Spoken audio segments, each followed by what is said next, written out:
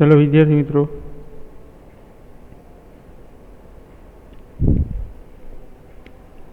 આગળ સ્વાધ્યાયના દાખલામાં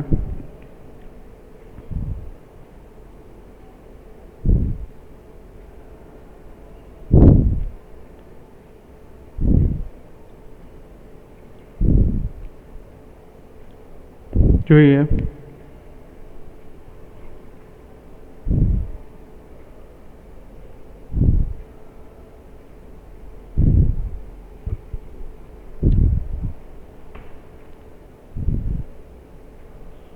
एक इलेक्ट्रिकल टेक्निशियन ने एक परिपथ में 1 किलो वोल्ट ने समांतर 2 माइक्रोफेरेडना केपेसिटर की जरूर पड़े छे। तेनी पासे 1 माइक्रोफेरेडना केपेसिटर मोटी संख्या में है तो 400 वोल्ट करता वधु न होय तेवो विद्युत स्थितिमाननो तफावत प्रोटेक्ट करी शके, खमी शके एवी शक्य गोठवण दर्शावो के जेमां लघुत्तम संख्याओना केपेसिटरनी जरूर पड़े। એટલે આપણે એવી કોઈ રચના કરવાની છે કે જ્યાં ઓછામાં ઓછા કેપેસિટરની રચના, ઓછામાં ઓછા કેપેસિટર જે છે એ યુઝ થાય। હવે ધારો કે 2 માઇક્રોફેરાડેના કેપેસિટર જે છે એ 1 કિલો વોલ્ટને સમાંતર છે એવી જરૂર છે અને આપણી પાસે 1 માઇક્રોફેરાડેના કેપેસિટર ઘણી બધી સંખ્યામાં છે। તો આપણે 1 માઇક્રોફેરાડેના કેટલા કેપેસિટર જોઈ સમજાય છે? જો 2 માઇક્રોફેરાડે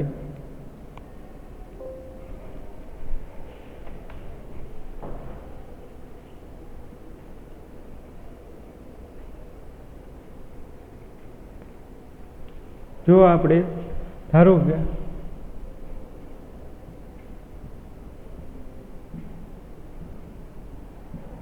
કે 2 માઇક્રોફેરાડેના કેપેસિટર માટે 1 કિલો વોલ્ટની જરૂર પડે છે તો આપણે 1 માઇક્રોફેરાડેના કેપેસિટર માટે કેટલી સંખ્યા જોઈ, કેટલા વોલ્ટેજની સંખ્યા નહીં, કેટલી સંખ્યા જોઈ n કેપેસિટરો શ્રેણીમાં જોડવામાં આવે। n કેપેસિટરોને શ્રેણીમાં આવી m શ્રેણીઓ કેટલી જોડવી પડે? તો આમાં ખાલી સિમ્પલ કે જેટલો PD આપેલો છે बराबर v/n। चलो तो 1 कीवी है એટલે 1 किलो वोल्ट है એટલે 1000/n અને કેટલો ખમી શકે છે તો કે 400, તો 400 बराबर 1000/n કેપેસિટર। तो n ने करता करो तो n बराबर शू थई गया 1000/400।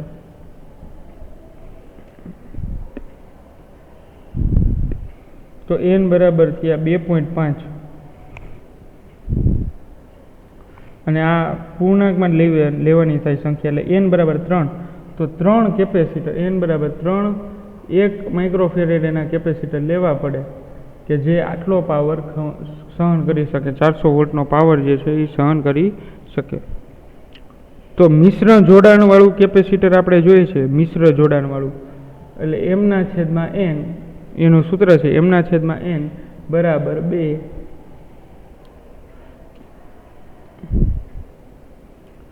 એટલે m બરાબર કેટલા થશે n × 2।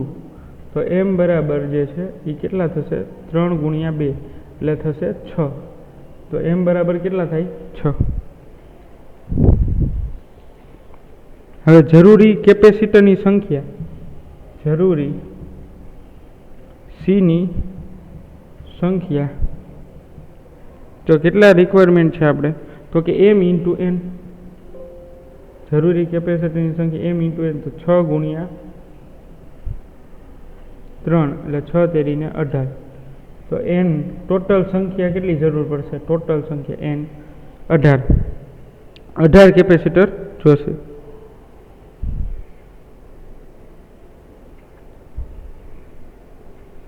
तो आ रीते थाय। हवे एनी आकृति जे छे दौरवी तो दौरी शकाय के आम 3 केपेसिटर 1 2 आ 3 पछी पाछुं आ 1 2 आ 3 केपेसिटर આવી રીતે સેમ આવી જે છે આમ 3 અને આમ જે છે 6 ઊભી 6 એ રીતે આપણે જોઈન્ટ કરવાના છે અને એની સાથે છેલ્લે જે છે કેટલા વોલ્ટ પાવર સપ્લાય જોડવાનો છે તો કે 1000 વોલ્ટ આટલા વોલ્ટ આપવાના છે. એટલે આ રીતે શૃંખલા જે છે એ બનાવવાની છે 6 તમારે સમજાય વિદ્યાર્થી મિત્રો.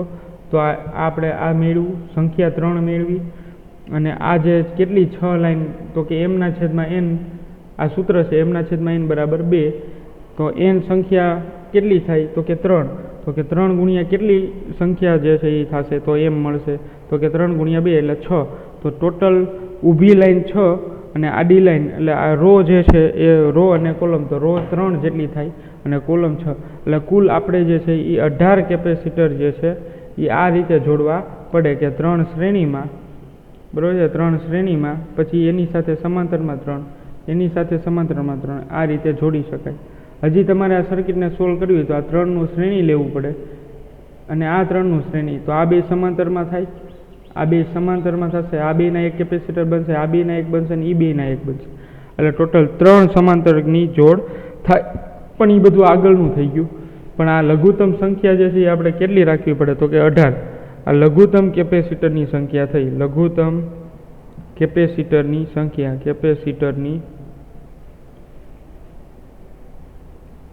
સંખ્યા. ચાલો આના જેવું જ એક હું તમને પ્રેક્ટિસમાં આપી દઉં કે જેથી કરીને તમને થોડો આઈડિયા આવે. આ 2 માઇક્રોફેરાડેની જગ્યાએ 4 માઇક્રોફેરાડે લઈ લઈએ અને એની સંખ્યા જે છે એ 1 માઇક્રોફેરાડેની જગ્યાએ 2 માઇક્રોફેરાડેના આપણી પાસે હાજરમાં છે અને 400 વોલ્ટની જગ્યાએ આપણે લઈએ 600 વોલ્ટ 400 વોલ્ટની જગ્યાએ લઈએ 600 વોલ્ટ અને વિદ્યુત સ્થિતિમાનનો તફાવત સહન કરી શકે તો એમાં લઘુત્તમ કેપેસિટરની કેટલી સંખ્યાની જરૂર પડે. તો આ ટાઈપના તમે જે છે એ જોઈ લ્યો. આ રીતે જ કરવાનો છે સમ. સાવ સિમ્પલ છે. આપણે ખાલી સંખ્યા આપવાની છે કે ભાઈ આપણી પાસે કેટલા આ જો 4 વોલ્ટનું કેપેસિટર ન હોય 4 માઇક્રોફેરાડેનું કેપેસિટર ન હોય એને જગ્યાએ 2ના ઘણા બધા છે તો આપણે મિનિમમ કેટલા જોઈન કરી શકીએ. તો આ રીતે જોઈ લ્યો તમે ઝડપથી.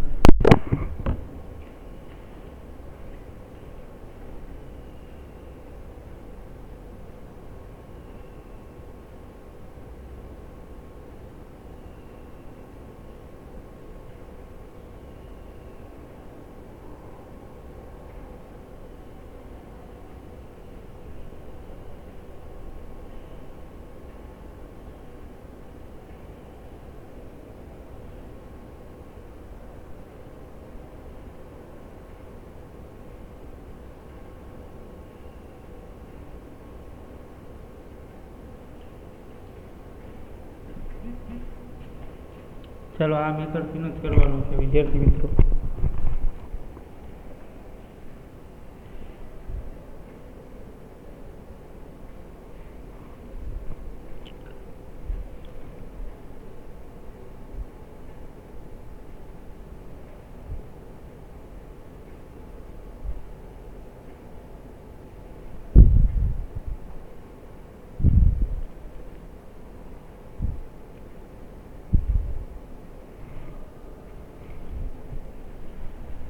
ચાલો આ રીતે આગળ તમારે પ્રેક્ટિસમાં કરવાના છે સમ.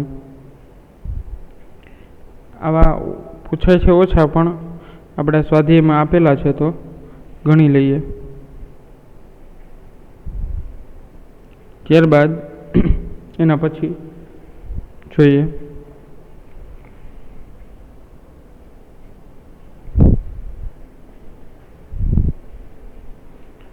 ચલો રકમ લખેલી છે.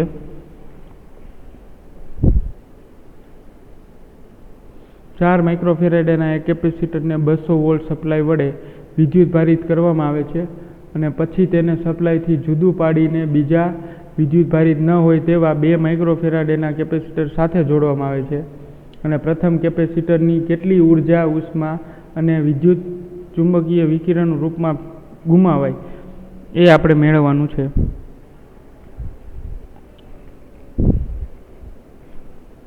ચાલો તો આરામથી જોઈએ.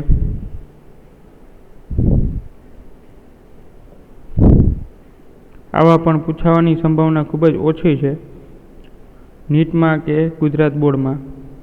નહીવત જેવી સંભાવના છે પણ આપણને આપવામાં આવેલું છે એટલે આપણે જોઈએ. એટલે કેપેસિટરની વેલ્યુ આપી દીધી છે, પાવર સપ્લાય આપી દીધા છે.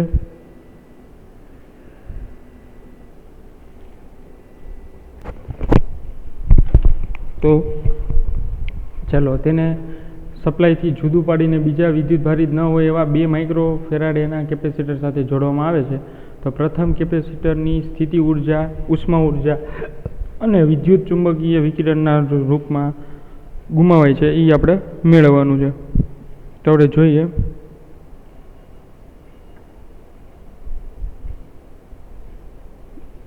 ડેટા લખીએ પહેલાં. C બરાબર 4 × 10⁻6 ફેરાડે. વોલ્ટેજ આપી દીધા છે 200 વોલ્ટ. વિદ્યુતભારિત કરવામાં આવે અને પછી તેને સપ્લાયથી જુદું પાડી બીજા વિદ્યુતભારિત ન હોય એવા કેપેસિટર, બીજા કેપેસિટર 2 માઇક્રોફેરાડે. એટલે બીજું કેપેસિટર છે એ 2 માઇક્રોફેરાડેનું છે.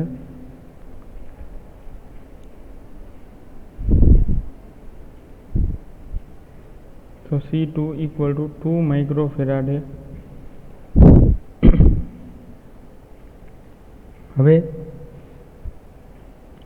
આપણે જોઈએ કે શરૂઆતની સ્થિતિ ઉર્જા 4 માઇક્રોફેરાડે ના કેપેસિટરમાં U ઉર્જા. તો ઉર્જાનું સૂત્ર છે U = ½ CV². તો ½ C ની વેલ્યુ છે 4 × 10⁻6 અને વોલ્ટેજનો સ્ક્વેર એટલે 200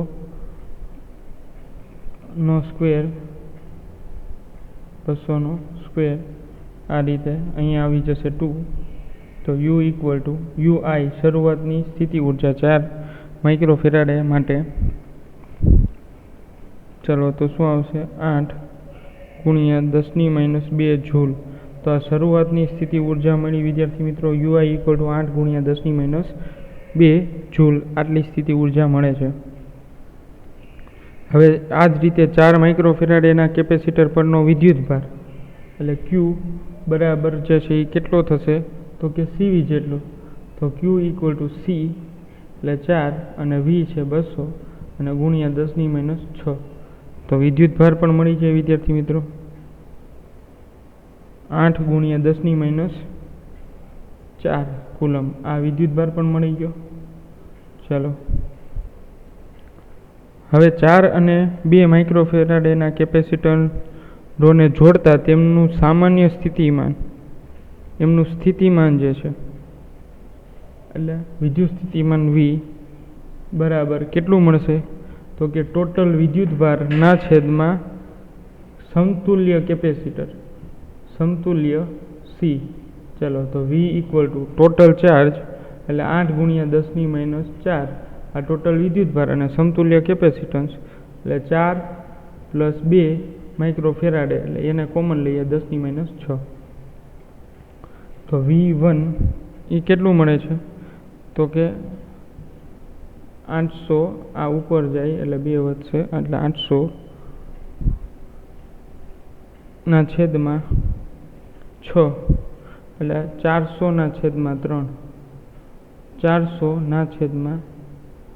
400/3 વોલ્ટ આટલું વિદ્યુત સ્થિતિમાન મળે 400/3 અહીંયા લખું છું.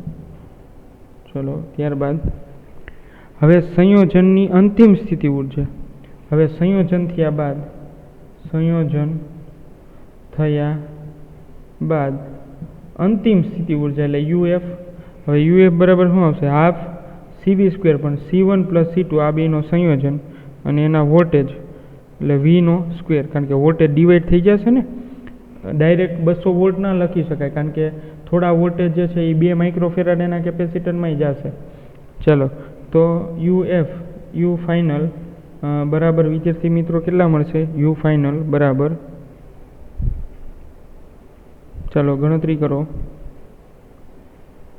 તો મળશે ½ 4 ને 2 6 અને 400/3 સ્ક્વેર. આની ગણતરી કરું છું કેલ્સીમાં એટલે UF મળશે મને. એ અહીંયા લખી નાખું છું. UF ની વેલ્યુ અહીંયા લખું છું આન્સર. તો UF = કેટલા મળશે કેલ્ક્યુલેટ કરીને જોઈ લઈએ. 6/2 by into 400 square divide 8 square 3 square એટલે આન્સર તમારે આવશે વિદ્યાર્થી મિત્રો 5 પોઈન્ટ સમથિંગ આવે છે 5.32 ઇન્ટુ 10⁻² જૂલ આટલો આન્સર આવે છે અંતિમનો. હવે અહીંયા છેલ્લું સ્ટેપ કરી નાખીએ. થોડું ગીચ થઈ ગયું છે પણ સ્થિતિ ઉર્જાનો ફેરફાર ડેલ્ટા યુ બરાબર you I minus you F. તો ડેલ્ટા યુ શરૂઆતની સ્થિતિ ઉર્જા માઇનસ અંતિમ તો 8 માઇનસ 5.33 શરૂઆતની 8 છે અને આની 5.3233 છે અને 10⁻2 છે એ કોમન લઈ લઉં હું. 10⁻2 ઘાત છે એ કોમન લઈ લઉં.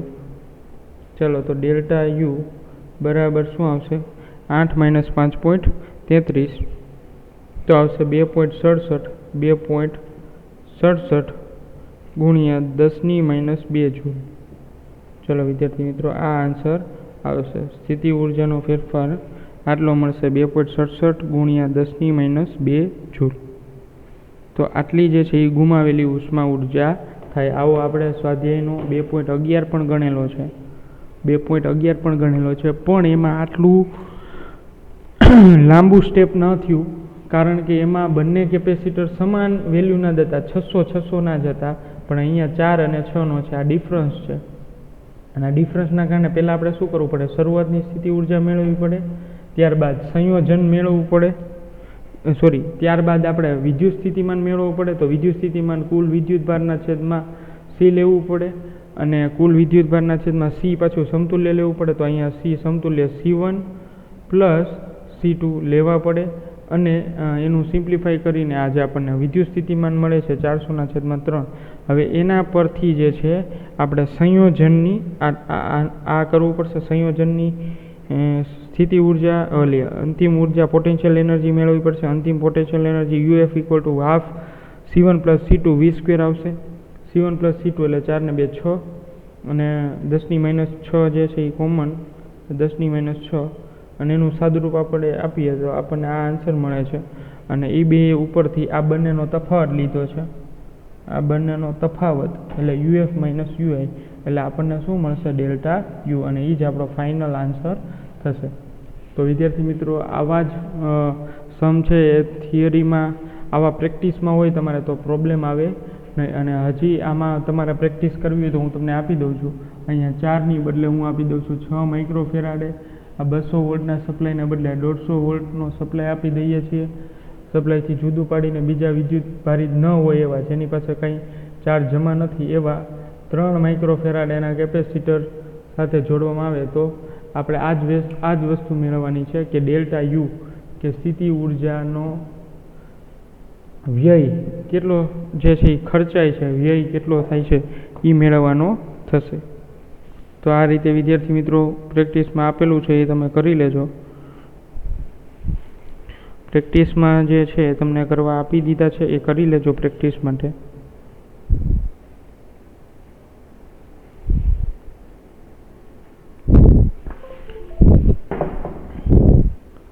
જોઈ લ્યો અને જે કાંઈ પ્રોબ્લેમ હોય તો પછી જણાવજો. ચેન્જીસ હોય કાંઈ કરવાનો બીજા પ્રેક્ટિસમાં હોય તો પણ.